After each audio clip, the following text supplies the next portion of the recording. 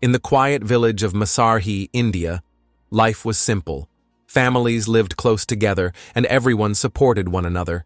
But this peaceful life changed when children started to disappear. At first, no one asked questions, maybe because of sadness, maybe because of fear. But everything took a shocking turn when an 8-year-old boy calmly admitted to the killings. He didn't cry. He didn't ask for forgiveness. He just smiled. His name was Amarjeet Sada, the world's youngest serial killer. In 2006, in the small village of Masarhi, Bihar, India, life was tough. Most people worked long hours, doing hard labor just to earn enough to eat. Despite the poverty, the village had a strong sense of community. Families were close, and neighbors looked out for each other. The children played a huge role in keeping that sense of togetherness alive. There were kids everywhere, running through the streets, laughing and playing together every day. Most of them were related because a big family, the Sada family, lived in the village. Everyone knew each other, and there was a lot of love and warmth despite the struggles. But then, one day, everything changed. A 6-year-old girl, a member of the Sada family, suddenly stopped showing up to play. At first, people outside the family just noticed she was missing, but they didn't ask questions. That's just how things were in this village. People didn't like to interfere in each other's matters, especially when it came to something tragic. They assumed the family was dealing with something difficult and kept their distance out of respect. A couple of months later, another child went missing. This time, it was a newborn baby, a little girl who meant the world to her mother. Her mother worked from home so she could take care of her, but suddenly, the baby was gone. There was no explanation. Her family didn't say a word, and they never mentioned her again. There was no crying, no mourning. It was as if she had never existed. This left the townspeople confused and concerned. 2 young girls had disappeared within months of each other, but still, no one dared to ask questions. Then, in 2007, another little girl went missing. This time, she wasn't from the Sada family. Her name was Khushbu, and she was only 6 months old. One day, Khushbu's mother needed to get some things done around the house. She had many tasks to do, but since she couldn't do them while caring for her baby, she dropped Khushbu off at the local primary school. The school had a daycare or safe place where children could be watched over, so it seemed like a good option for her baby. It's not clear if Khushbu's mother was a single parent or if her husband was at work, but either way, she had to handle the responsibilities of the house on her own that day. She didn't have anyone else to help her, so leaving her baby at the school seemed like the best solution. She thought that the staff would keep an eye on Khushbu while she focused on her tasks. However, when she returned to pick her up, Khushbu was nowhere to be found.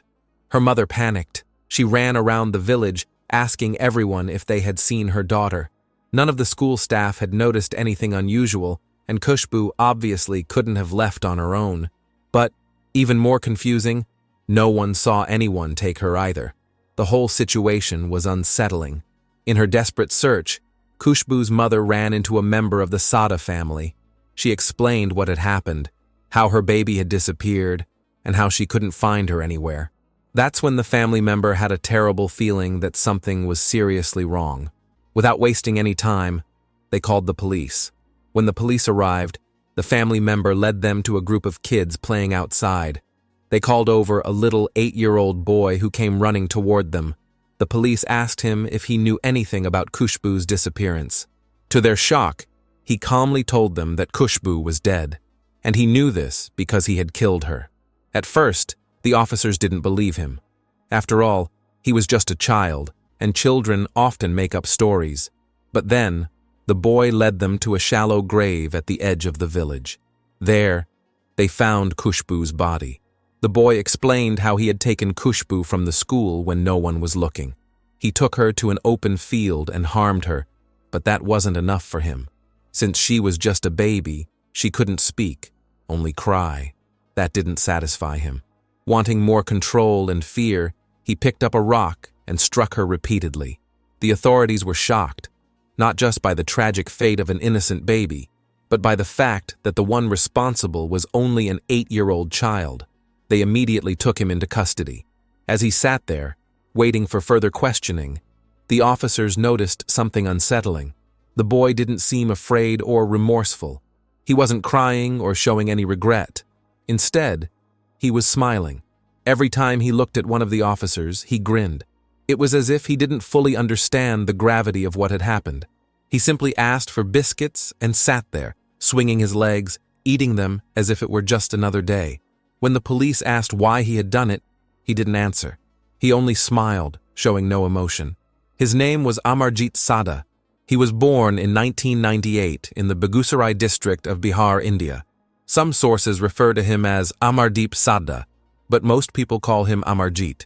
Amarjeet came from a very poor family.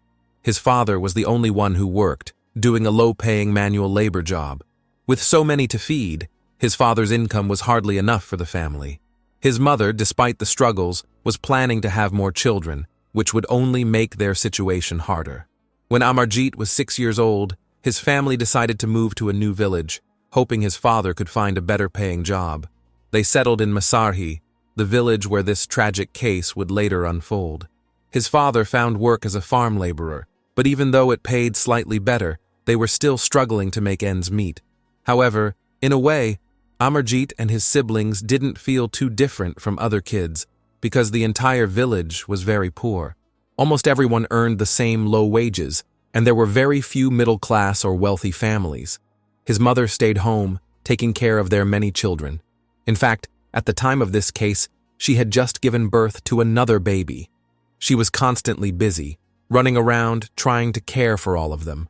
Meanwhile, the older kids spent most of their days outside, playing in the streets with their friends, cousins, and siblings.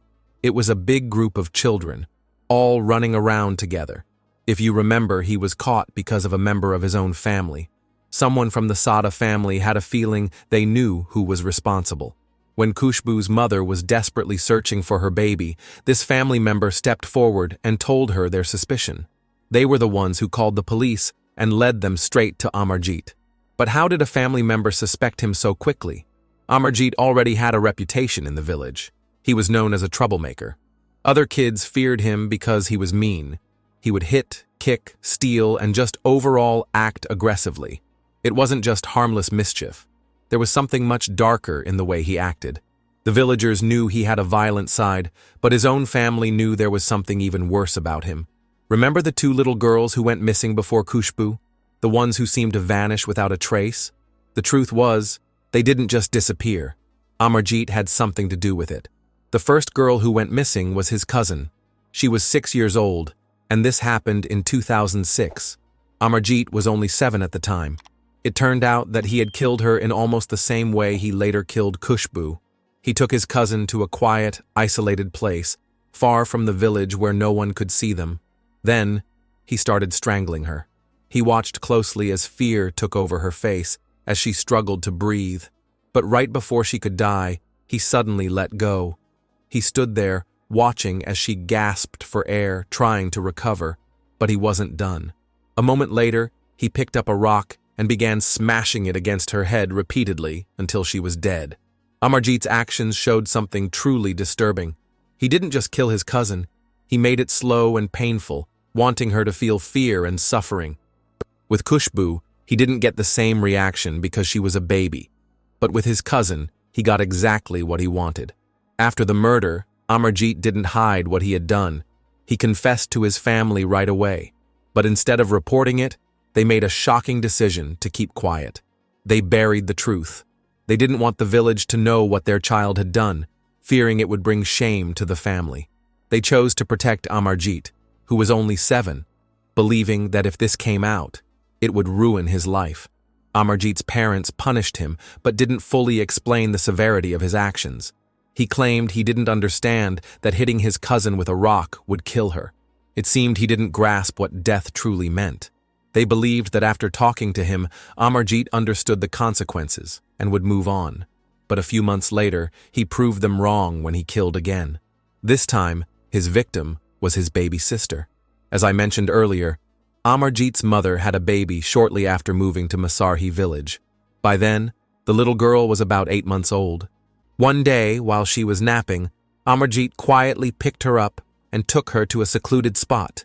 There, He did the unthinkable. He murdered her, just like he had done before. He strangled her for a while before finally hitting her until she died. This was his second murder in just 6 months. When his family noticed the baby was missing, they immediately confronted Amarjeet. He didn't try to lie.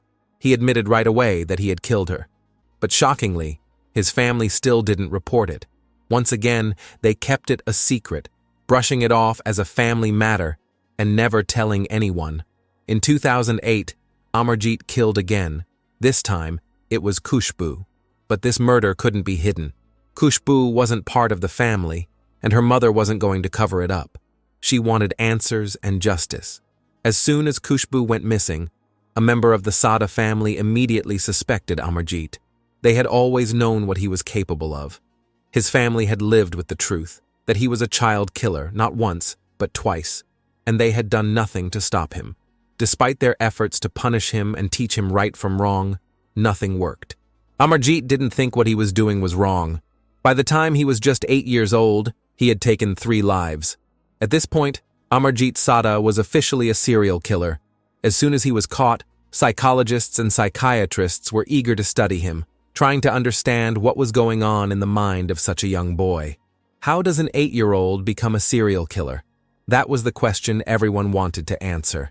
What made this even more disturbing was that Amarjeet wasn't influenced by anything. He didn't have access to TV, books, or stories about murderers.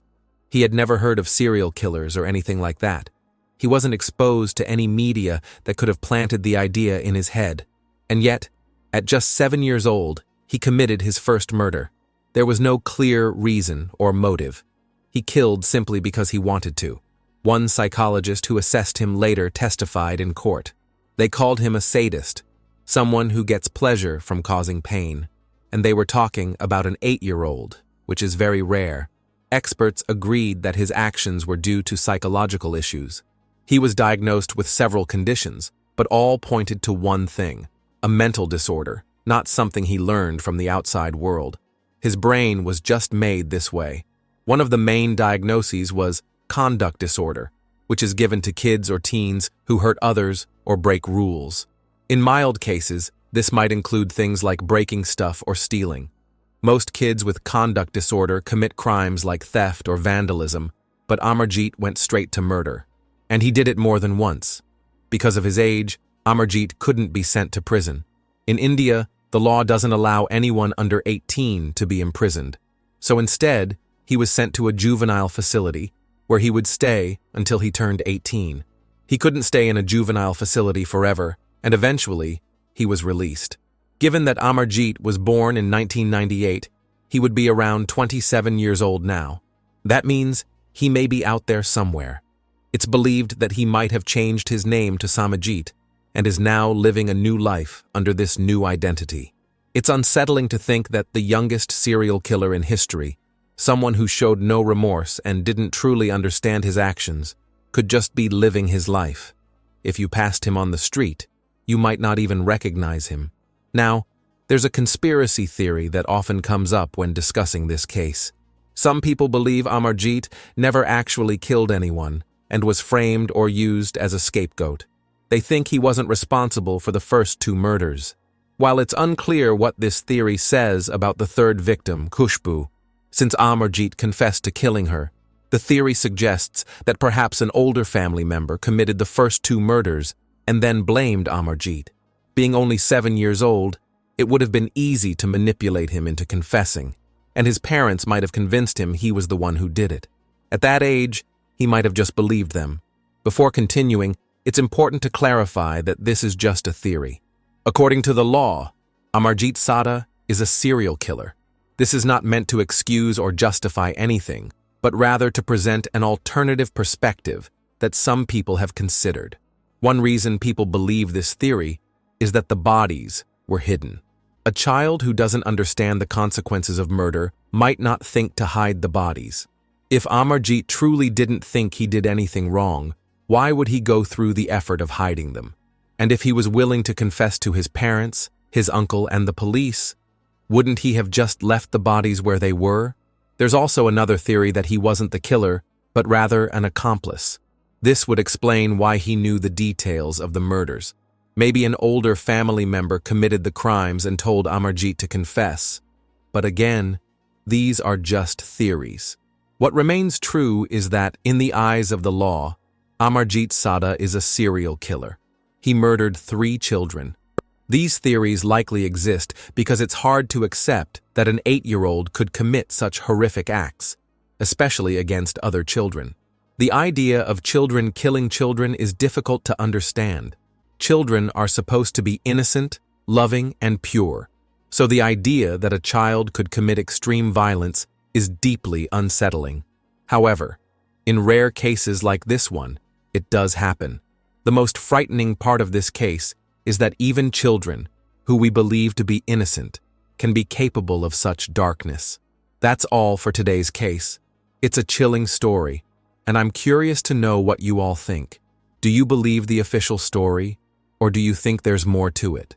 Share your thoughts in the comments. I love reading your comments. If you found this case interesting, be sure to hit that like button, share it with others, and subscribe if you haven't already. Thanks for watching, and I'll catch you in the next video.